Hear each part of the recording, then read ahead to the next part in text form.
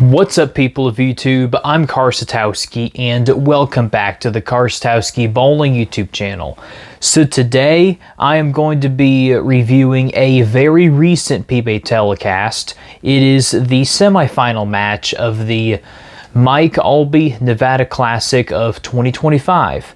And the reason I'm reviewing it is because it has the greatest roll-off in PBA history. So let's get on to the semifinal match. Okay, this is the semifinal match of the 2025 PBA Mike Aulby Nevada Classic, featuring the number 2 seed EJ Tackett and the number 3 seed Ethan Fiore. Now, obviously we all know the success of EJ Tackett. At the time of this Step Ladder Finals, EJ had 25 titles, including 6 majors, and he is the 2-time defending PBA Player of the Year, and he's facing Ethan Fiore, who's only been on tour for a little while, and I believe this is his first full year on the PBA Tour, and he is only 20 years old.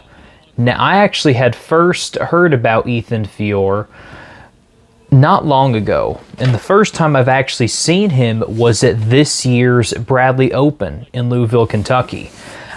He led a squad in qualifying, which was the squad before I did, and he had a very interesting way of attacking the difficult pattern at the Bradley Open. He would stand very far left, how he's standing in this telecast, but he would get the ball like right up the second arrow to the left side of the lane, and he would just throw it straight and it just hold line and get into the pocket. And he would also move in a little bit and kind of have a very straight line, but he has a very interesting game, very smooth two-handed game. In fact, I think Ethan Fiore has one of the smoothest two-handed games on the PBA Tour, right behind Jason Belmonte and Chris Fye. So Ethan Fiore is going to have a lot of success as well. And also, he would also finish in the top 16 at the PBA World Championship, which is very impressive for his first time. Just one of those young two-handed bowlers who's going to have a lot of success in the next few years. So both bowlers start out with a strike. EJ has a ringing 10 on that left lane.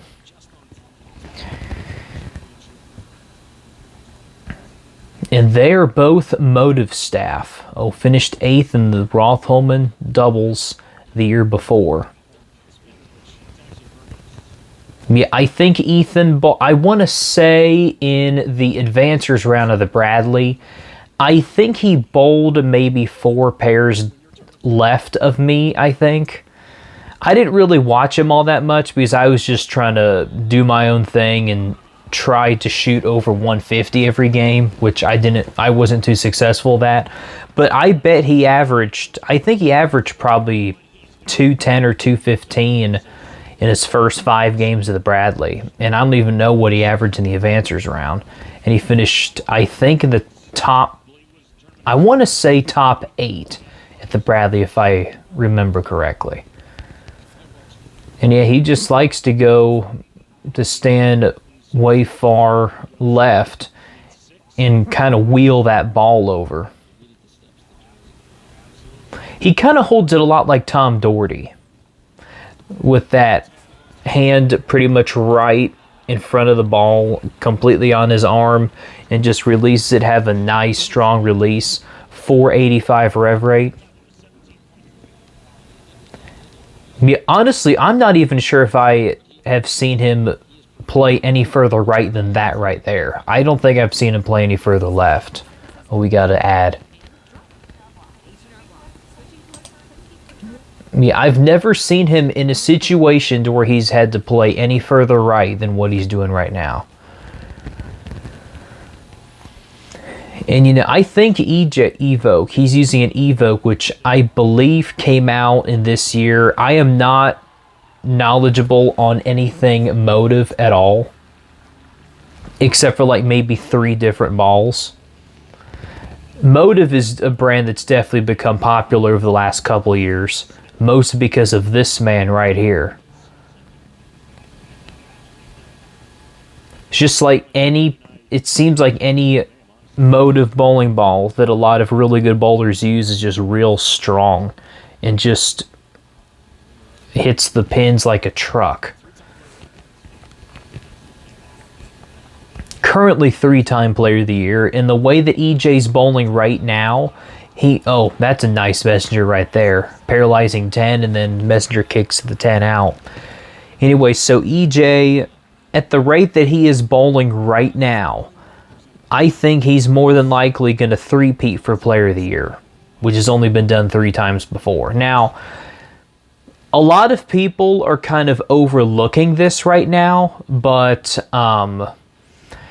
Jason Belmonte is easily the second best player this year as far as consistency. Now, I know as of the World Championship that pretty much just happened. Oh, he didn't like that one and he carried all 10. Oh well. So anyway, so even though that Jason Belmonte, as of the World Championship of the World Series, has only made 3 step-ladder finals, you got to look at all the other stats he's had. I mean, he made the top 24 in all 4 animal pattern events. He made the top 16 in 3 of them. The only event that he missed the match play portion for in 2025 was the first event of the year, the Delaware Classic. Every other event he made the match play, and he had at least 5 events where he only was like maybe 2 or 3 matches away from making the stepladder. So Jason Belmonte is by far the number 2 player right now, even though he doesn't quite have the stepladder finals to show for it. And one thing about Ethan's game is that he's one of the, I think he's the only two-handed player I have ever seen who has his trail leg on the ground. Most two-handed players, especially myself, have their leg at like a 90-degree angle or like a 45-degree angle off the ground when they release the ball, which I think it's better to have your leg as low down to the ground as possible because it gives you a lot more stability at the line. And I don't think I've ever seen Ethan fall off a shot, which I can take lessons from him because I need to be that more balanced, as a lot of you who watch my tournament videos know. Alright, so those are the standings of Motive. Motive has basically been at the top throughout the whole time. Storm would eventually get up to number 3, and DV8 is one of those brands that I almost forget about because I hardly see anybody sponsored by them, ever. And I didn't see Radical on the list either. It could have been on there, but I didn't see it. I don't think Radical is a widely used brand anymore. Oh, that's just a bad break right there. That could have left the 710 for most mere mortal bowlers. But for EJ, that was lucky to get out the 10 pin. Well, that actually would have knocked out the 10 pin twice.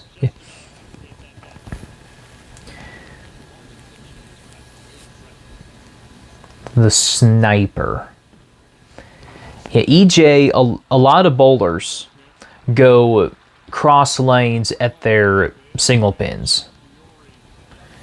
He usually tends to go as straight as possible at his 7 pins. It just shows you that his swing is really straight and it's online. Okay, so both players have pretty much consistently found the pocket, pretty much leaving nothing less than 9 on every shot that they've thrown.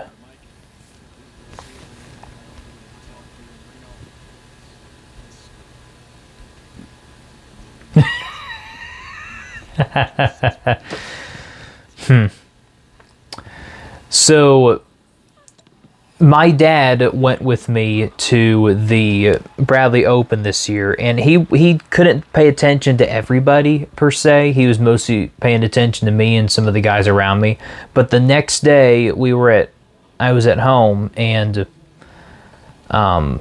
my dad was with me over at the house, and we were watching the match play portion, and it like panned over to Ethan Fiore versus, I think, Kyle Troop. Yeah, Ethan Fiore versus Kyle Troop, and Dad watched him throw a perfect strike, and he doesn't know who he is. He thinks he's like a big professional who's probably close to 30, and when he turns around and sees his baby face, he's like, it's a kid. Which, I mean, he is only 20, so, but to be honest, I think that if I just completely shaved my beard clean shaven, I would probably look very similar to that. Because I look like I'm 19 with my beard shaved, and I'm only a couple years away from 30, believe it or not. So, yeah, just this baby-faced guys are almost mandatory to have a beard once we're in our 20s, or else we look like we're still in high school. Oh well. Alright, well, EJ would end up making the step ladder for all 5 World Series of Bowling events, which is an accomplishment that only one other bowler has done, which is Sean Rash. Sean Rash did that in 2011, and he did not win a single title at that World Series of Bowling. That was like the peak for Sean's TV struggles. Like, he has started them like in 2009, and then it really ramped up at the 2009 World Series of Bowling, and in the 2011 World Series, we just saw that it escalate to a level like we've never seen before for Sean. But he would win Player of the Year the next year in 2012, and yeah, and EJ has made the show in every World Series of Bowling event, and that is EJ's worst shot of the match. Has a big miss left. He didn't really throw that one much slower. That one was just pulled, yanked to the bottom.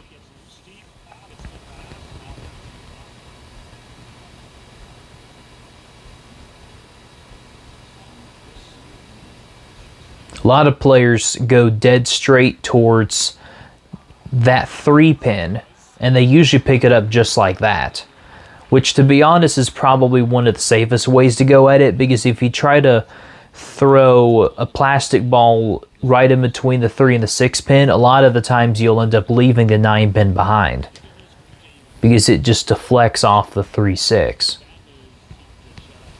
But now EJ is down by 20 if Ethan can double up in the 8th and 9th frames.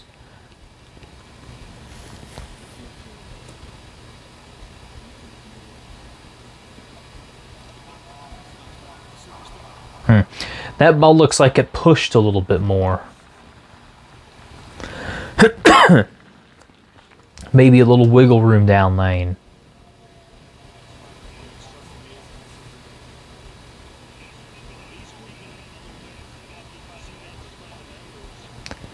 Huh, is he only taking like 4 steps or something like that?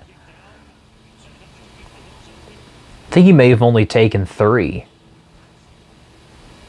I'm going to see how many steps he actually takes, if it shows his whole profile. Oh, another stupid ad.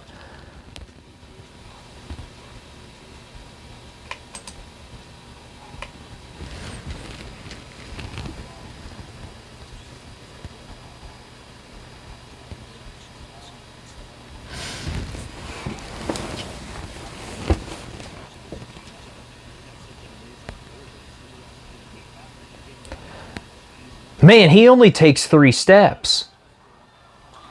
Oh, that was a nice mixer. Broke up the 7-10. I never knew that. He really only takes 3 steps? I would have never guessed that. Huh. Pushes away on his 3rd step and then just, yeah. Everything else looks the same. I did not know he only takes 3 steps.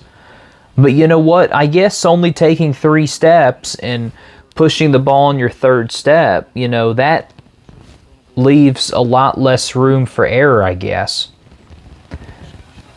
Huh, I don't think I've seen a pro bowler take less than 4 steps ever.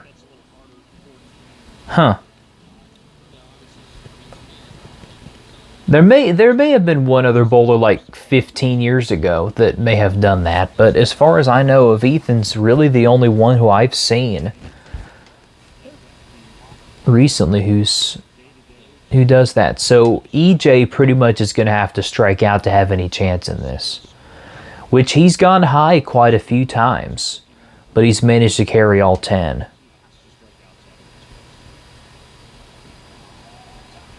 Just up the lane a little bit and all 10 go down, but he's going to need 2 more strikes just like that. There you go. Ball goes right in between the 3 and the 3rd and 4th arrow. Gets the break point about, I think, 7-8 board. Carries all 10.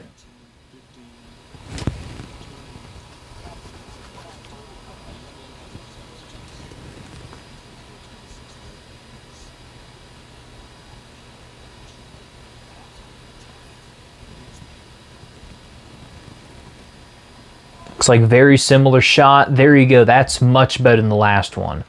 Oh, it's actually going right about the 5.5 board, actually. Okay. And again, he'll need 1 more just like that to force Ethan to get the first strike in the 10th frame.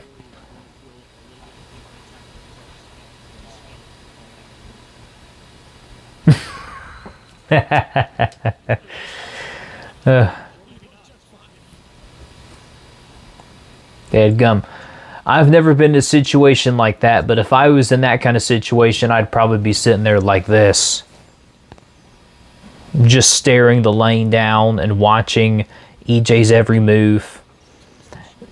And just trying to get out of my own head and just waiting until he throws this 3rd shot so I can go up and throw the first hit in the 10th frame.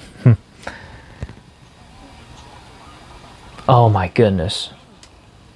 Wow. That was pretty much about as good as the other 2. He missed in just a little bit on the break point, but really not that much.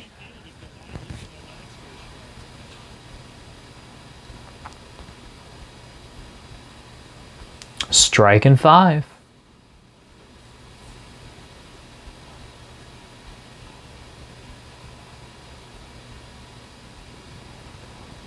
Did he take a re-rack? Or just take a little bit to set up?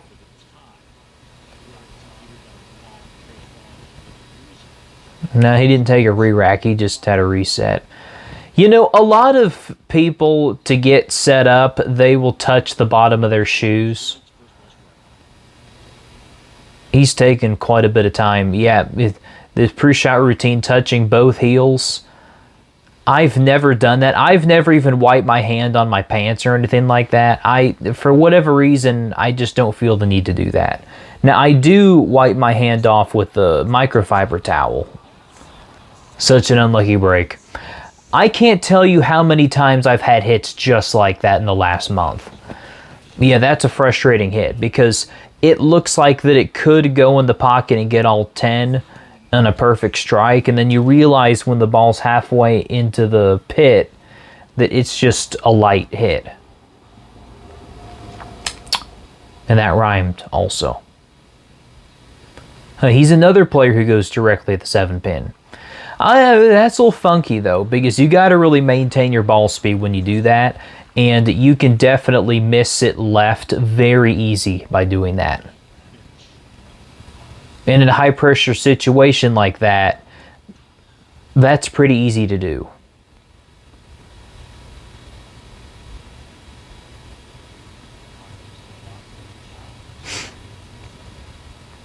So it also looks like that he blows in his left hand also. I guess it's to have a better grip on the ball. Huh. Interesting.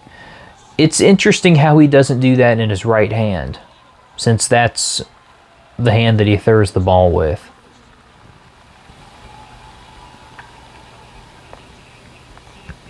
All right. It is roll-off time.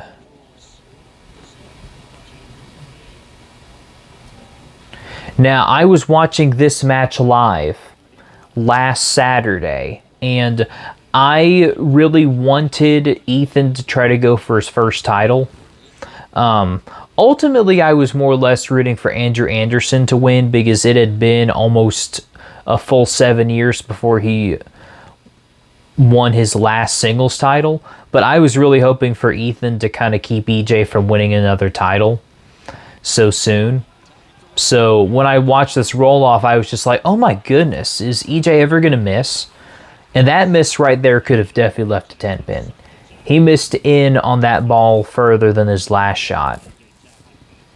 And that's probably the adjustment he needed to make. Get that ball a little bit further inside to finish higher in the pocket.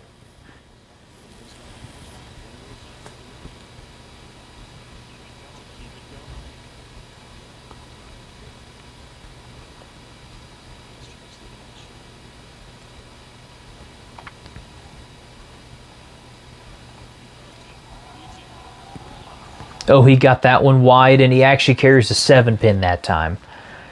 Yeah, if he would have carried that 7-pin in the first shot of the 10th, we wouldn't be here right now. And it was on that same... No. All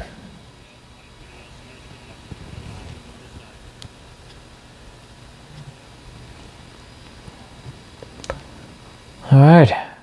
Well, EJ has to do it again.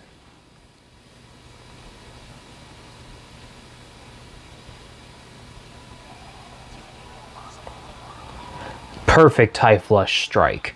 He's getting that ball a little bit further at the break point.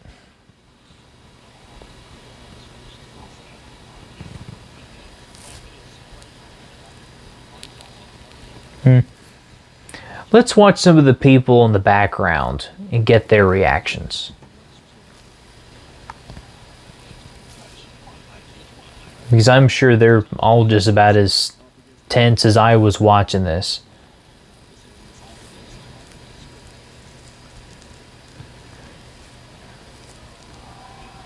Oh, that's perfect shot. Perfect pocket. You can't throw it much better than that.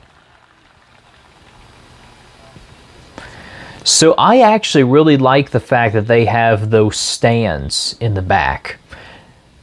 A lot of PBA matches, they've been putting people out on the lanes, which I'm not the biggest fan of doing that because I just like to see fans behind the bowlers to be able to get the bowler's perspective a little bit more.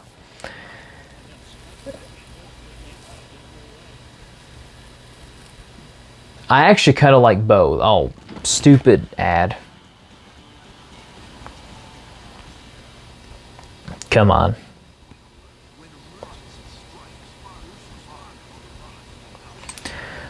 Well, I should say I like both putting the spectators at the back of the bowlers and on the lane itself. I want them on both sides to just kind of fit more people in and to just really make it feel more like a stadium that they're bowling in, even though it's a bowling center. And I would really love to go to that bowling center and bowl some tournaments over there sometime, but I'll need to get much better at my physical game and my mental game both if I'm ever going to bowl in any of those kind of events.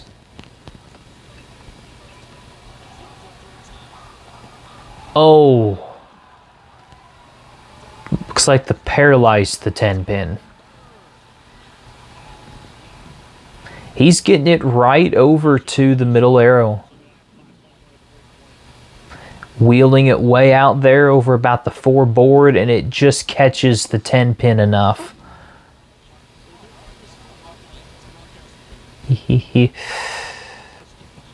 Look at that.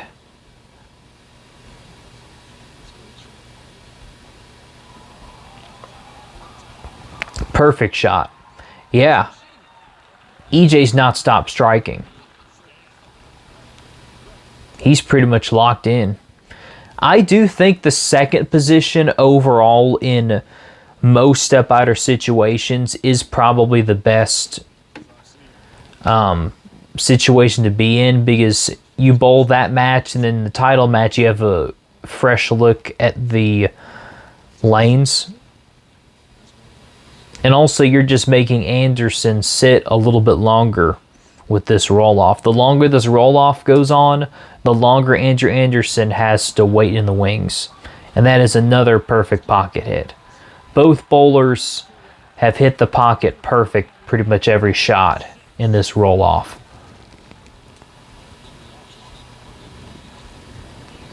I believe the longest roll-off in PBA history was, I think, at the 2012 World Series of Bowling or 2013 World Series of Bowling between Tom Smallwood and Josh Blanchard. And that went, I think, 4 or 5 frames. There we go. Another one by EJ. But Tom Smallwood and Josh Blanchard, I don't believe, struck every time. I think both of them left 9 on a couple shots and they kept going. Struck one time, both of them left 9 again, and then just struck again. So, but these two bowlers will not miss the pocket. It's all a matter of carry now.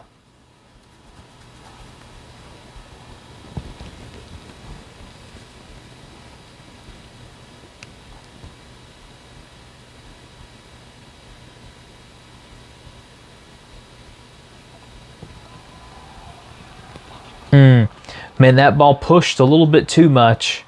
And it got that light mixer. I love those kind of hits. It lets you know you've got a lot of miss room on the lane.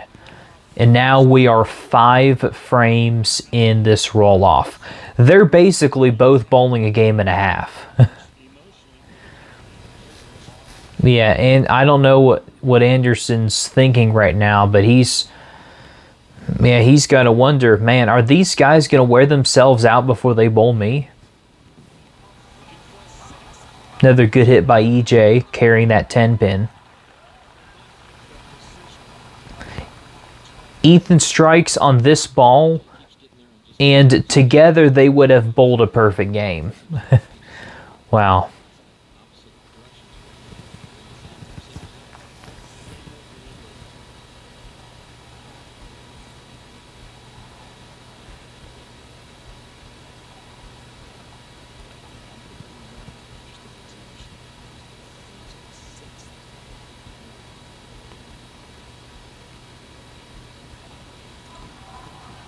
Oh, he gets that one way wide. Oh, my goodness sakes.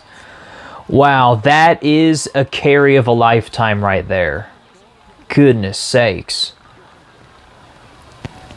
You know, I am so used to seeing Brett Spangler with EJ. It's just very weird to see another bowler from Motive go to Brett Spangler. Wow. And that mustache, though, nobody on the PBA Tour, ball rep or bowler, can grow a mustache like that. I never know what that will feel like. And that's 7 in a row for EJ Tackett. I need a fan like that so I don't have to use a microfiber towel to wipe my hand off after every other shot.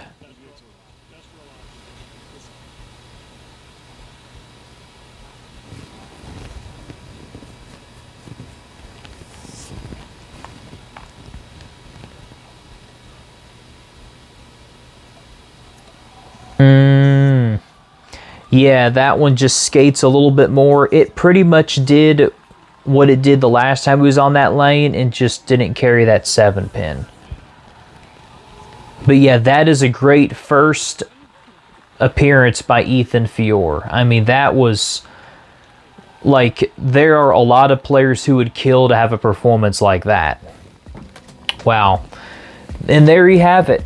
The best roll-off in PBA history. And it's bowled against the hottest player on tour over the last 3 years and against a newcomer. Who knew?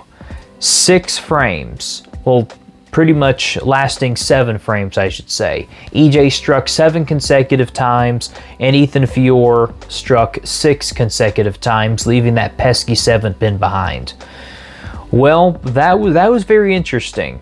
So this, I really wanted to cover this one because I don't think we were ever going to see a roll-off quite like that again. I mean, it had been 12 years since the last roll-off like that, and I think it's going to be a very, very long time before we see another roll-off similar to this. So if you all want me to react to similar moments like this on the PBA Tour, then comment down below what moments you want me to cover. Also, if for some reason you're not yet subscribed to this channel, then be sure to hit that subscribe button so you'll never miss any videos. I'm Karsatowski. Keep watching my content, and I'll see you in that next video. See ya.